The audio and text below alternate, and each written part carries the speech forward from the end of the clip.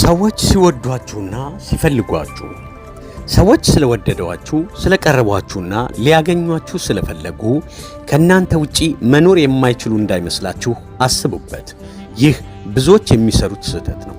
ብዙ ሰዎች በህይወታቸው ማጣት የማይገባቸውን በምንም ዋጋ የማይተመኑ ጓደኞች፣ ፍቅረኞች፣ የትዳር አጋርና የመሳሰሉትን ክቡር ሰዎች ያጡት ከዚህ የተዛባ ስሌት የተነሳ ነው። የሰዎችን ፍቅር፣ አክብሮትና እኛን የመፈለግ ሁኔታ ሌላ የሚሰራ ስራ እንደሌላቸውና ሌላ የሚፈልጋቸው ሰው እንደሌለ አድርጎ ማሰብ መንስኤው ከራሳችን የመነጨ የስነ ልቦና ቀውስ ነው። ራሱን በጣም ያስገኘ ሰው ስራ የሌለው ተፈላጊነት ያጣና ተራ ሰው እንደሆነ የማሰብ ቀውስ። እውነተኛ ሰዎች ፍቅራቸውን፣ ቅርበታቸውንና እናንተን መፈለጋቸውን ባለመሸሸግ የሚገልጹላችሁ እኮ ያው እውነተኛና ቅን ስለሆኑ ነው። ይህንን የተዛባ ምልከታችሁን ያወቁ ጊዜ ደግማችሁ እስከማታገኟቸው ድረስ ልታጧቸው ትችላላችሁ።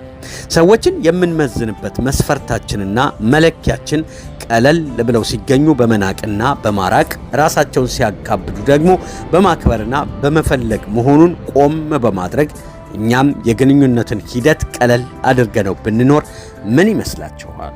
ዶክተር ኢዮብ ማሞ